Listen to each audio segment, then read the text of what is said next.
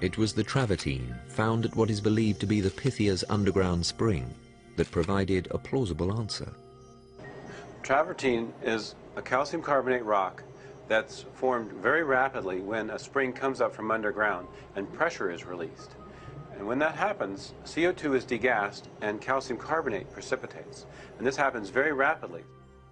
This travertine material that you see in here actually is extremely porous. It's like a sponge. You see many, many small holes all through it.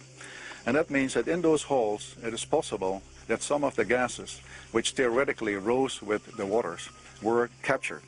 And what we need to do then is take samples of the travertine. They need to be crushed, and then those gases hopefully will actually be released and we can analyze those chemically. Environmental chemist Geoffrey Chanton took water samples and tested the travertine. We took these rock samples and we chopped them up into small little pieces and put them into a flask.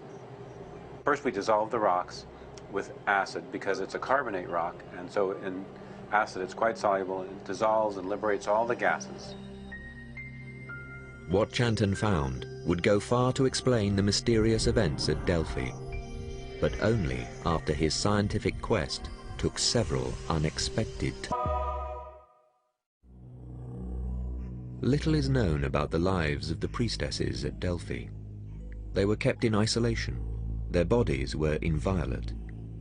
On the ordained sacred days that they entered the Adyton, they underwent fasting and purification to help calm and prepare them for the ordeal ahead. The ancient rituals were violated only once, and it led to disaster. On this occasion, a very important set of people arrived on a wrong day. They forced the woman down, even though she knew it was the wrong day. Prophecies were only supposed to be given from the tripod, inspired by the god, through the voice of the Pythia on the 7th day after each new moon.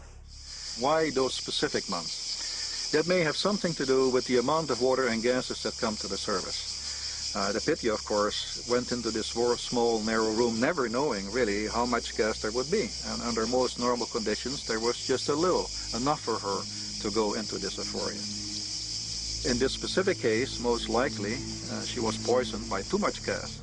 Plutarch describes it like she was like a laboring ship. She was in heavy seas. She began to rave, to shout, to thrash about, and she ultimately rushed toward the doors, threw herself against them, and the priests and the consultants were also frightened. They all ran away. When they came back, she was lying unconscious on the ground.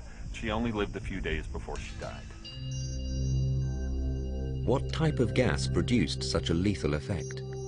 In his laboratory in Florida, chemist Geoffrey Chanton found the first clues in the travertine sample.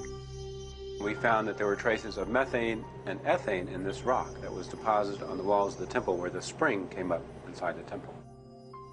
Methane and ethane are organic solvents, hydrocarbons closely related to propane, butane, and other common household flammables. When inhaled, they act as both an asphyxiate and an anesthetic, depriving the brain of oxygen.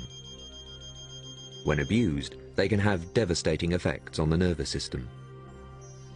Could these substances have caused the Pythia's trances?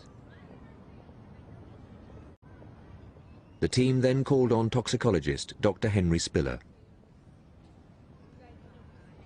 At the time, I was working on a study of inhalant abuse across the United States. Huffers, sniffers, people who would put it in a bag and try to get high on it. It's a real serious problem in the United States. One of the things we found was of the substances, which are many, the active component that was most commonly sought after were various hydrocarbons. Propane, butane, gasoline was very prominent. Plutarch's account of the death of a Pythia closely resembles symptoms of an anesthetic overdose. Well, one of the problems that we know about anesthetics is that it causes nausea and vomiting. In fact, one of the rules of present-day surgery are don't eat after midnight on your day of surgery. Forced into the Adyton without fasting, the Pythia ran a serious risk. If you aspirate, generally what happens is you take stomach contents into your lungs. Now, you don't immediately die from that. What that does is that produces damage to the lungs as well as pneumonia. And she probably died a slow death from pneumonia from the initial aspiration. But the long-term effects of inhaling solvents, slurred speech, brain damage, sudden cardiac arrest, did not correspond with the ancient accounts. Furthermore, methane and ethane are odorless, lacking the scented odor the vapors were said to have. The team hoped water samples taken at the temple site might yield another clue. We also went ahead to the Temple of Apollo and we sampled 2 springs there. The one above the Temple of Apollo that used to come into the temple, and that also had high levels of ethane and ethylene, which was surprising. It was still in contact with those hydrocarbon chemicals deep within the earth. We also sampled another spring about 100 yards away, and that spring had no ethylene or ethane in it at all. And that was the spring that had been used by villagers at the time for their water supply. So here were 2 springs about 100 yards apart, one containing ethane and ethylene, and the other with a completely different chemical nature, void of those 2 gases. But why was only ethane and not ethylene found in the travertine samples? You wouldn't expect ethylene to be stable for 2,000 years since this rock was deposited. It would probably decompose to form ethane. So the fact that we found ethane there indicates that ethylene could have been present in the spring water at the time. Ethylene is a drug almost forgotten in the 21st century, except by produce farmers and supermarkets. Well, that's why they can pick green bananas, but just before they ship them to stores, they gas them with ethylene, and they ripen literally on the shelf. Could this really be the oracle's sacred vapor? It seemed unlikely, until Spiller explored a stack of out-of-print medical journals. Ethylene was a major anesthetic, one of the primary anesthetics for nearly 3 decades. There's great information on it starting in the 20s right up to the 60s. This was a powerful anesthetic. It's about 2.8 times as potent as nitrous oxide. It was a great anesthetic. It produced limited or no effect on the heart, limited or no effect on the respiratory system. By 1966, they had stopped using ethylene as an anesthetic because it's explosive. Using test subjects in early medical texts, Spiller found several shared symptoms between the patients and the Pythia. We put them in essentially very light stage 1 anesthesia, and they describe things like lightheadedness, a mild sort of euphoric feeling, unsteady on their feet when they stood up. They were obviously ataxic, stumbling like. They were very free, very uninhibited, but still quite cognizant, still quite capable of answering clearly and talking clearly so that you would get back from them clear questions. They were just quite happy. In its second stage, ethylene can bring on the frenzy described by ancient writers. Essentially, stage 2 is deeper. That's called the excitability stage. You can have a combative phase, a confused phase. You're not fully cognizant of your surroundings, where literally there is flailing of the arms and legs. It can be very active. It can be very dangerous. You can throw punches. But the best evidence is the gas's natural fragrance, corresponding with the ancient eyewitness accounts. Ethylene has a sweet, perfumey-like odor, and we could smell it within minutes of turning on the vent. The answer is finally clear. Ethylene explains the Pythia's trance and verbal euphoria. But how was it that so many of the oracle's pronouncements were accepted as prophecy? 2 factors seem to have played a role. First, the prophecies themselves were often open to interpretation. Like the writings of Nostradamus, they were almost impossible to disprove. Another factor may also have influenced the accuracy of the oracle's advice: Delphi itself.